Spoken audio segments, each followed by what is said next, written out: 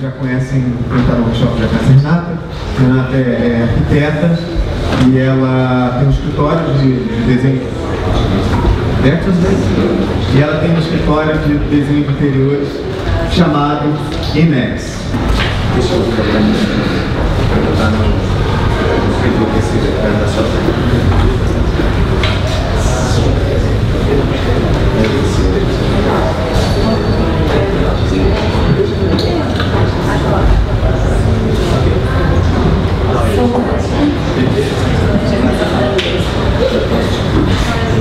a gente vai falar um pouco da varanda, que é o nosso tema do workshop, na dimensão residencial.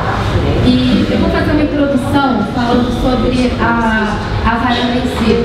A gente falou hoje já mais cedo sobre a origem da varanda como um elemento de arquitetura militar, de controle e de segurança. No segundo momento, a varanda muda para um elemento político.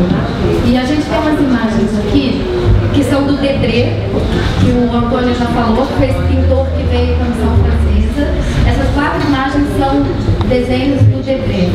Eu gosto muito essa aqui, que mostra os índios, que mostra uma vida pré-portuguesa. E mostra um telhado sem paredes, como se a vida realmente acontecesse nessa varanda, nessa área externa. Mostra uma cena muito doméstica, uma família de índio, tem a criança, tem o chefe da família, e eu acho que essa imagem representa um pouco o que era a vida antes da chegada portuguesa. Eu peguei essas 2 imagens aqui do Debré, que mostram o momento que o Dom Pedro resolveu não voltar para Portugal e ficar no Brasil. E ele fez ele proclamou isso no balcão daquele lugar que a gente passou hoje, onde ele morava, naquela área ali do Paço Imperial. Então a gente também teve esse momento do balcão político na nossa história. Essa imagem aqui de baixo, essa última imagem, também do Debré, é uma cena que pós-jantar. São as pessoas, a gente vê um espaço lateral, que é uma varanda, que era os fundos da casa, como se eles, depois do jantar, usassem esse espaço. E eu acho que essa imagem representa um pouco também essa domesticidade.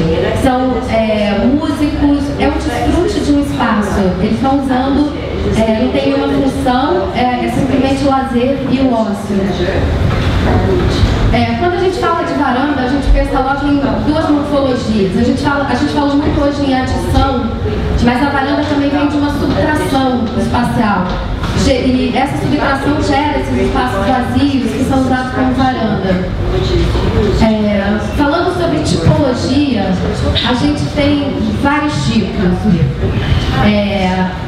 Inicialmente, a varanda brasileira se chamava alpendre. Ela era uma varanda vinda de Portugal, e a diferença entre alpendre e varanda é a dimensão. O alpendre geralmente era uma continuação do telhado do beiral, e a maioria das vezes era no nível do chão. A varanda é um nome, às vezes a gente vê inclusive como sinônimo de alpendre, mas é como se fosse uma evolução espacial, ela vira uma coisa maior. E geralmente o alpendre e as varandas surgiram como extensões de um espaço de estar, de permanência. Inicialmente, a nossa varanda era o balcão, como a gente viu hoje nesse passeio que a gente fez por ali. O balcão e a sacada têm o mesmo nome, o mesmo significado, eles não têm mudança arquitetônica, eles não têm telhado e eles têm uma dimensão menor. Eles simplesmente projetam para fora do edifício numa dimensão quase só de um corpo humano. Dentro do balcão a gente tem essa variação que é a janela de piso a teto, que cria essa sensação de balcão, apesar de você não ter saído do corpo arquitetônico. O pátio, ele não é uma configuração de varanda, mas na arquitetura brasileira o pátio ele conformou uma varanda com esse uso ao ar livre da área externa. É um espaço aberto. Algumas variações menores da varanda são essas tipologias de meio ninho e jardim de inverno. E aí a gente composição dessas varandas que a gente viu hoje por aqui. Essas são as grades de ferro, que vieram da tradição portuguesa também. A gente tem os frises e os cobogós. O cobogó é esse elemento arquitetônico que a gente viu hoje um pouco e vocês vão ver nas visitas que a gente fizer aos edifícios modernistas. É um bloco, geralmente ele tem 20 por 20 ou 15 por 15, é como se fosse um tijolo, mas ele é um elemento vazado. Ele permite ventilação, iluminação e permite uma continuidade espacial com a cidade. Ele foi muito usado na arquitetura modernista brasileira. Isso vem, na verdade, de uma raiz popular. Isso foi muito construído no Nordeste também de uma forma mais vernacular. A gente vê também o Brise Soleil, que fechou muitas, um elemento de fechamento de varandas, de fachadas, muito usado na arquitetura modernista brasileira. A gente teve no começo quando os portugueses vieram, eles trouxeram essa influência árabe, que era o muxarabi, e depois, no século XIX, o muxarabi foi proibido na cidade. Ele tem uma característica que ele permite a visão de quem está dentro e protege quem está dentro, mas permite uma visão da área externa. E a treliça e as venezianas, eu acho que são variações dessa origem do muxarabi. Variações ainda, acho que isso não precisa lembrar muito. A gente tem muitos pontos de fechamento, que são fechamentos leves e não são permanentes. E hoje em dia, a maioria dos vidros das varandas são feitas com esses vidros de segurança. Aqui a gente vai ver um panorama da evolução residencial no Brasil. A gente vê o primeiro tipo, que mostra que aqui era a rua, a casa não tinha calçada, o limite da casa era a rua, uma casa era colada no outro vizinho, então ele não tinha janelas e a casa toda se abria para o fundo, que a gente chamava de quintal português. Nesse quintal tinha frutas, tinha criação de animais, tinha horta, tinha tudo que a família precisava para o seu dia a dia. E isso permaneceu de 1500 até a chegada da corte portuguesa. E logo depois da chegada da corte veio a Revolução Francesa, que o Antônio já comentou, que foi muito importante. Com a vinda do grande Jean de Montigny, ele introduziu o neoclássico na nossa arquitetura. O neoclássico tem essa representação aqui, que é o solar do grande Jean de Montigny, que pela primeira vez ele tem essa varanda em volta da casa. Ao mesmo tempo que a construção urbana era colada nos limites, essa construção, que já é um pouco afastada da cidade, que era a Gávea, onde ainda eram as chácaras, ela consegue ter uma outra dimensão, inclusive com o terreno onde ela está situada. Ela foi feita no meio da natureza e ela, diferente do lote urbano, ela se abre para isso. E ela conversa muito com a nossa casa rural, que eu vou mostrar um exemplo já já. A partir de 1850, dessa influência da Revolução Francesa, a casa começa a descolar gradualmente dos terrenos. No começo é muito tímido, circulação lateral para acesso da casa, para melhorar uma ventilação, até que a casa realmente se desloca dos limites do terreno, que é aquela terceira imagem ali. Ela cria o jardim da frente e ainda mantém o quintal atrás. E isola a parte de serviço lá no fundo da casa.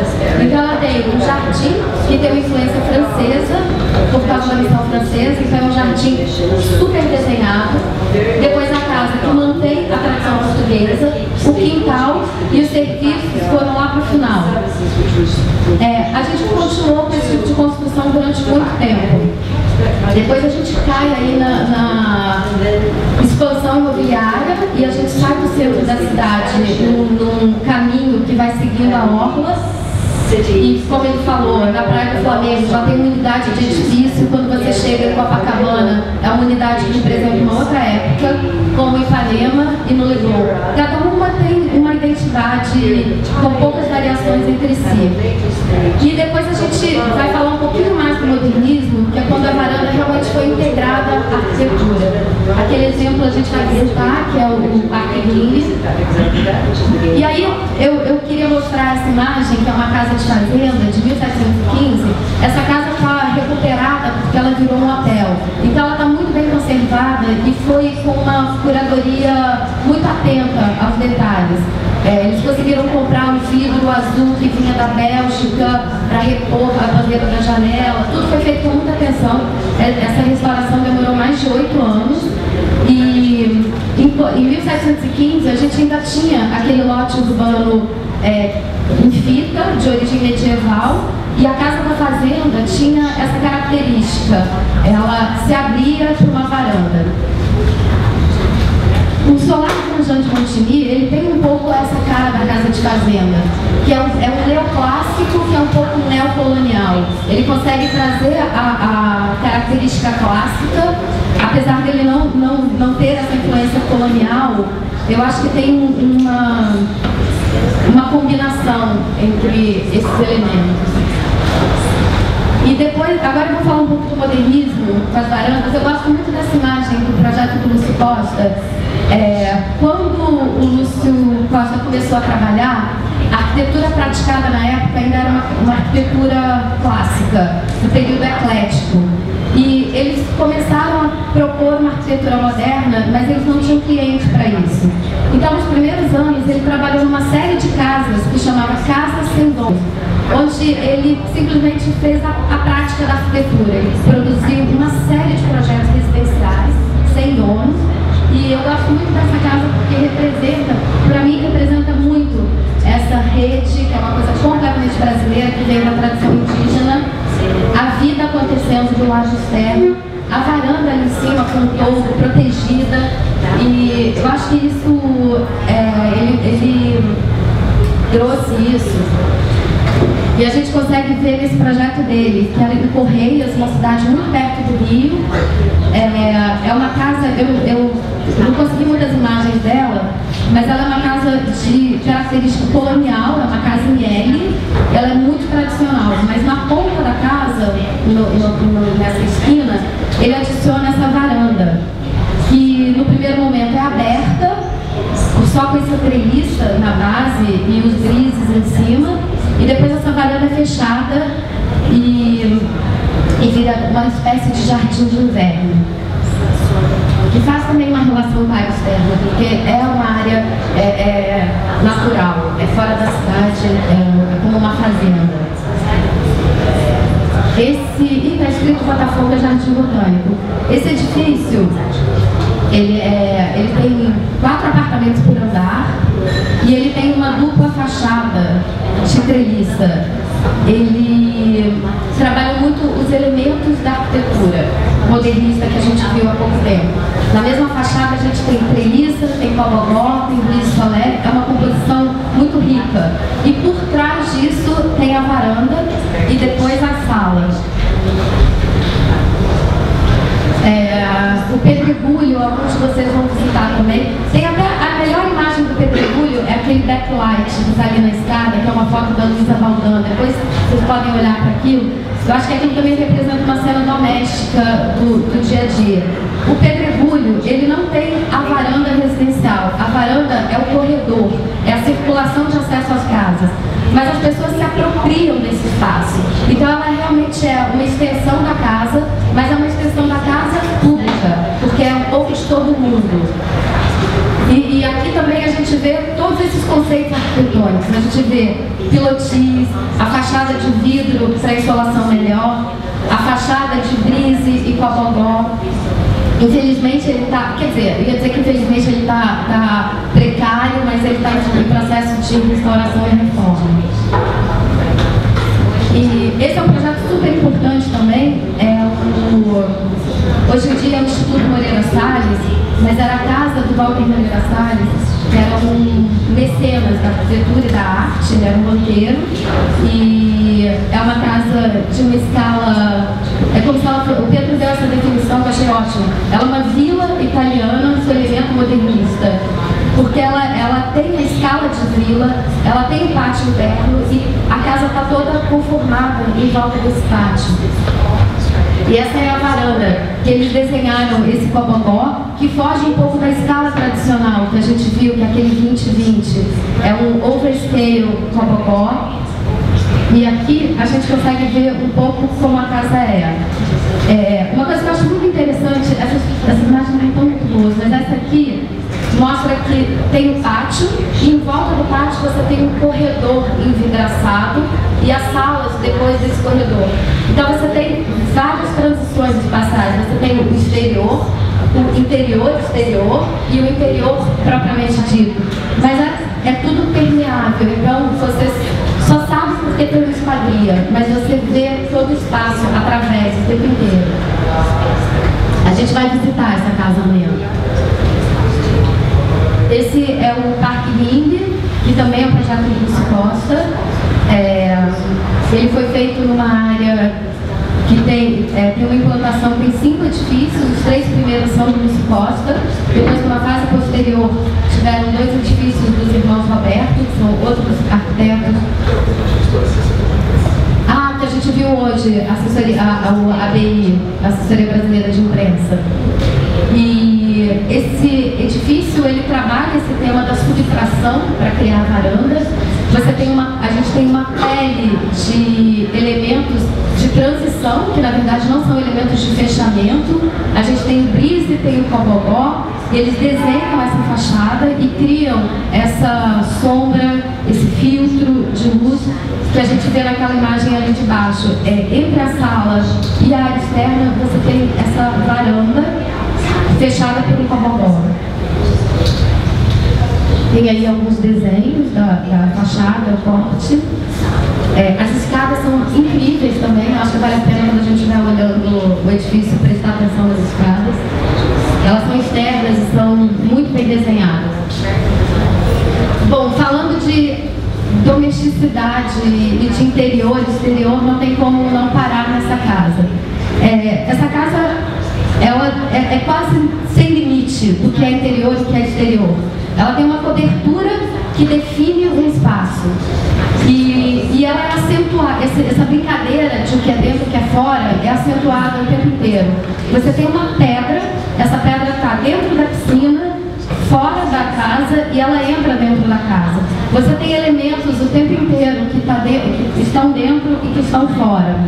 Essa cobertura, ela limita um espaço e faz a gente até pensar um pouco no que é a casa, a função essencial, quando a gente vai lá para a cabana primitiva, que é um abrigo, é um teto. Essa casa é praticamente um teto e fechamentos muito leves. E toda a parte mais íntima da casa está no subsolo. Então a gente não percebe isso. Uma coisa muito interessante é que essas paredes nem se fecham. Ela tem um teto único e tem alguns planos de fechamento, e esses planos conformam o espaço. É de uma riqueza enorme. Uma outra coisa, ela está toda no mesmo nível. Então, da piscina, você tem a sala e o pátio de trás, que vê a praia de São Conrado. Uma outra coisa que eu acho que foi interessantíssima na implantação da casa, ela está num terreno em curva. O mais lógico seria fazer o acesso no começo da curva. E o Niemeyer foi genial quando ele colocou o acesso em cima, porque ele para o carro em cima e ele cria um percurso. Então, existe uma rampa desenhada, e quando você começa a descer a rampa, a casa é percebida de vários ângulos. Ele força um percurso para a percepção da casa. E a gente consegue ver, ainda na rampa, o mar lá embaixo em São Conrado. Então, é completamente permeável e de continuidade espacial. Agora, eu dei um salto assim e peguei um projeto do Cláudio Bernardes, também para a família do Walter Salles, ou seja, eles realmente são mecenas da nossa arquitetura. O Cláudio Bernardes era filho do Sérgio Bernardes, que foi um arquiteto muito importante no nosso modernismo. Ele desenhou o pavilhão de São Cristóvão, que algumas das pessoas vão visitar. E é uma Cláudio já faleceu, o Sérgio também. Hoje em dia o Thiago Bernardes dá continuidade a esse trabalho. E eu acho que em escalas diferentes o Cláudio Bernardes conseguiu entender a arquitetura brasileira do mesmo jeito que numa outra época o Lúcio Costa traduziu isso. O Cláudio, ele trabalhou muito com elementos naturais do Brasil. Ele trabalhava a tecnologia, essa casa toda feita de estrutura metálica, mas ele sempre trouxe a palha, o bambu, taipa, elementos de construção naturais. Eu gosto muito desse projeto dessa casa, porque a gente vê que tudo acontece nessa varanda. Ela é o elemento, ela é onde as pessoas realmente estão na casa. E ele conseguiu incorporar isso que o modernismo começou e fez muito bem, que é esse volume se prolongando. A gente vê nessa casa, ela tem esses terraços laterais que funcionam como um terraço para o quarto, que é no andar de cima, funciona como uma cobertura e uma extensão no andar de baixo. Então ele vai criando vários elementos de transição o tempo inteiro. Quando você está no segundo andar, tem essa varanda aqui aberta, o piso dessa varanda faz uma varanda fechada no espaço de baixo. Então é bem rico esse espaço. E aí eu peguei esse outro projeto, que é da Carla Joaçaba, que é uma arquiteta, ela é jovem e tem feito coisas muito interessantes. E essa casa se chama inclusive Casa Varanda. Eu acho que ela tem o mesmo conceito e o mesmo princípio espacial da Casa das Canoas, de tentar fazer uma casa-abrigo. Essa casa tem um teto e tem alguns planos que fecham. E você consegue o tempo inteiro essa permeabilidade espacial. Na Casa das Canoas isso é mais intenso ainda, porque está tudo no mesmo nível. Essa casa está elevada, então ela, na verdade, como arquitetura, ela tem um outro status. Mas acho ela muito pertinente nesse nosso tema da varanda. E aí eu queria falar, assim, rapidamente um panorama do que tem na cidade hoje de varandas. Esse mapa da cidade mostra a nossa orla. E quando eu estou dizendo da habitação carioca, a gente está falando da casa burguesa. Porque claro que a gente vê várias tipologias de casa, a casa no subúrbio, a casa da favela, mas a gente está falando aqui de casas burguesas desenhadas por arquitetos. E a expansão da cidade, até como o Pedro falou, começou ali na Praça 15, onde a gente esteve hoje, e ao mesmo tempo que teve uma suburbanização para o interior, a burguesia foi andando com a orla. Então, a primeira ocupação foi a Praia do Flamengo, depois a Praia de Copacabana, Leblon, Ipanema, e hoje em dia a Barra da Tijuca. E a gente tem alguns movimentos acontecendo na cidade hoje em dia em relação a varandas. Nos anos 70, a cidade teve uma lei que estimulou, na verdade facilitou o uso de varanda não contava como área edificada nos apartamentos. Então isso estimulou o uso de varanda e permitiu-se que, se você o arquiteto recuava o prédio e com isso podia avançar um pouco mais em varandas. Então a gente teve muita construção, principalmente Leblon e Ipanema, que foram os bairros que estavam em crescimento nessa época, com varandas. E muitos deles não tiveram varanda, que são esses casos aí. O que a gente vê hoje em dia no Leblon e Ipanema eles estão adicionando varandas. Isso foi uma política pública, a prefeitura pede um projeto e ele abre-se o processo. O valor a gente paga um imposto, que é IPTU, que é dos edifícios, todo morador paga isso. Eles têm um valor de 20% a mais para poder botar as varandas. E com isso, os imóveis crescem entre 30% e 50% do valor do imóvel, simplesmente por adicionar uma varanda. E tem muito disso. Quando vocês passaram pelo Leblon e Ipanema, é bom observar. Eles fazem esse anexo de varanda de estrutura metálica, depois fazem a fachada nova e trocam janelas por portas. Isso está tendo muito nos últimos, sei lá, 10, 15 anos, mais ou menos. Eu queria falar um pouco disso também. Na Barra da Tijuca, quando teve esse movimento de expansão, teve um plano piloto do Lúcio Costa que determinou zonas e como essas zonas iam ser usadas. E aí tem esse começo da Barra, que é aqui se chama Jardim Oceânico. E ele criou uma legislação diferente para o Jardim Oceânico daquela outra área ali, onde a gente vê as torres, que são os grandes condomínios. O Jardim Oceânico tem essa legislação que resulta esse tipo de arquitetura. Todo o bairro é igual. O que muda é que um é cinza, o outro é marrom, um é granito, um é azulejo, pastilha. Mas a arquitetura vem de uma lei, que você pode ter 3 andares, no máximo, não sei quantos metros, os números eu não sei. E os limites, o loteamento é todo igual. Então, é um bairro que tem a mesma arquitetura em qualquer rua. Ele tem a mesma largura de calçada, o mesmo tamanho de varanda, o mesmo pé direito, é massiva essa arquitetura igual. Em contraponto a isso, era um bairro que ele é muito rico, porque naturalmente ele tem reserva natural, é uma restinga, tem lagoas, tem montanhas, tem a praia. E ele tentou fazer um plano piloto que preservasse as riquezas naturais desse lugar. Hoje em dia, é ali que a cidade continua crescendo. Os grandes empreendimentos são feitos nesse local. E essas são as imagens de lançamento desses novos empreendimentos.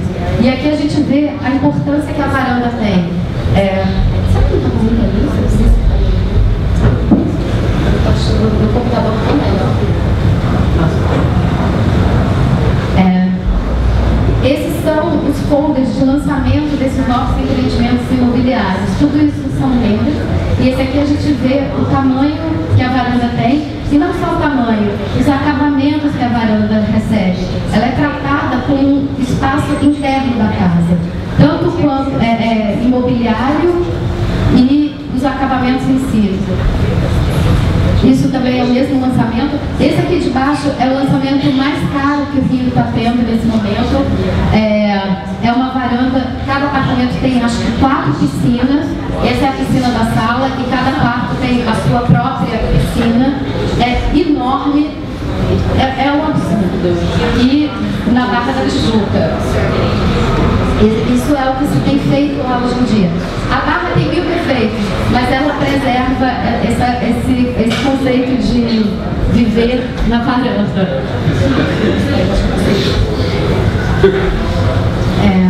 E o movimento que a gente vê, tudo aquilo que eu falei que nos anos 70 e 80, o Leblon e Ipanema construíram massivamente com varanda. O que a gente vê hoje é o fechamento dessas varandas. Que a gente até pensa, é o fim da varanda, e tem vários motivos para isso. Quando eles foram feitos, a cidade não tinha tanto carro, não tinha tanto barulho, e então hoje em dia realmente, para você usar aquele espaço, é um espaço às vezes barulhento ou sujo da sujeira da rua, e eles estão fechando com essa cortina de vidro. Tem aí alguns exemplos de fechamento, todos esses são... A maioria desses aqui são na praia, então quando vocês estiverem andando pela praia, dá para ver essa intervenção. E é uma intervenção geralmente feita, cada um faz o seu, não tem padrão, não tem aprovação, é considerado... não é considerado permanente, porque você recolhe tudo para o campo, então é considerado todo, e você fecha e abre. E esse é um edifício onde na cobertura é o escritório do Oscar Niemeyer, e é um exemplo de balcão que foi muito construída essa tipologia, isso é em Copacabana, na Avenida Atlântica, e aqui a gente vê um fechamento totalmente despadronizado. Tem vidro marrom, tem vidro transparente, tem vidro sem alumínio, tem madeira. É isso que resulta esse fechamento desordenado. And this, because of the shape of those varandas, this building was called Bay West. Sério? Essa imagem eu peguei porque eu acho que é assim que o carioca quer viver hoje em dia. É para isso que o meu cliente me procura, assim. Ele quer essa varanda. dessa imagem. A casa que está no mesmo nível interior e exterior, que todas as portas se abrem e que a varanda é a casa. Quase não tem limite. Eu acho que essa imagem mostra um pouco como a gente gostaria de estar vivendo. Como um ponto de encontro. E com o fechamento da varanda, ela começa a participar muito mais de um programa de interior, do programa de uso da casa. E a gente vê o surgimento de vários. Assim. No meu escritório mesmo, a gente fez alguns projetos para cozinha gourmet. Acho que isso é um tema. As pessoas começaram a gostar de receber em casa. E a nossa cozinha ainda vem muito da tradição. Talvez seja demais dizer isso, mas um resquício de senzala e de empregados. Então a cozinha, ela não é integrada à nossa parte social. A nossa cozinha é onde estão os nossos empregados. Isso está mudando. Eu vejo muitos clientes também pedem para ter uma cozinha integrada, mas ainda tem essa questão da cozinha e dos empregados, e quando alguém recebe em casa, não quer receber nessa cozinha. Então eles estão criando esse tipo de uso. E aquela imagem mostra como funciona o fechamento de vidro. Aqui ela está toda aberta, porque todo o vidro recolheu ali para o canto dessa cortina de vidro. Aqui já é um uso como uma sala, ela realmente vira uma sala, pisos de madeira, tapetes, mobiliário modernista, como se ela realmente ganhasse a extensão da sala de estar. E aqui a gente pegou algumas assim meio fotografando pela cidade. Tem algumas que viram simplesmente área de serviço e lugar de ar-condicionado, subutilizadas e desprezadas pelo morador. O jardim é o tema mais normal da varanda. Aqui na Barra da Tijuca são os edifícios duplex, cada um também tem a sua varanda, tem a sua piscina na varanda. É engraçado porque esse edifício está de frente para o mar e não teria necessidade dessa varanda, né? Porque você já está... Da piscina, desculpa, não teria essa necessidade de piscina. Aqui a gente vê uma academia montada com bicicleta, coisas de criança. E aí o que eu vejo assim, é que esse uso, a gente não define. Cada um está mudando a sua casa de um jeito, no mesmo edifício, como a gente viu no Niemeyer, tem diferentes fechamentos e diferentes usos. Mas o fechamento da varanda, ele permitiu esse incremento no programa da casa. E aí eu acho que eu tenho mais uma imagem só, que eu queria finalizar essa imagem, lembrando daquilo que a gente falou do balcão como um acontecimento social. E aí o que a gente vê no Rio, em Ipanema, é que a gente tem esse hotel, ele é inteiro vidraçado e além do vidro no primeiro plano, ele é uma caixa de madeira escura, que faz com que as pessoas estejam muito em destaque, como se elas realmente estivessem no palco. E cai toda uma questão, inclusive, do programa de hotel. Porque no hotel você quer privacidade e ali existe toda uma questão de exposição e mostra um pouco esse culto de celebridade que a gente vive nesse momento, né? Os nossos líderes hoje em dia viraram esse popstar, né? Modelo, músico, jogador de futebol. E esse fenômeno, né? Que as pessoas vão para baixo do hotel para verem isso. Isso aqui eu achei muito interessante. Alguém no andar de baixo fotografando alguém no andar de cima. É a mesma foto. É a mesma foto. Uns estão fotografando os outros, eles estão se fotografando. Essa imagem deve estar todo mundo no Instagram agora, todas essas aqui. E eu acho que isso representa um pouco essa época de não líderes também, né? Eu acho que é isso.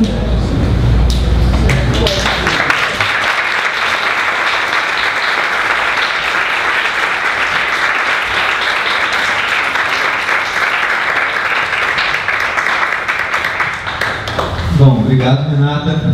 Vamos agora abrir aqui para algumas perguntas.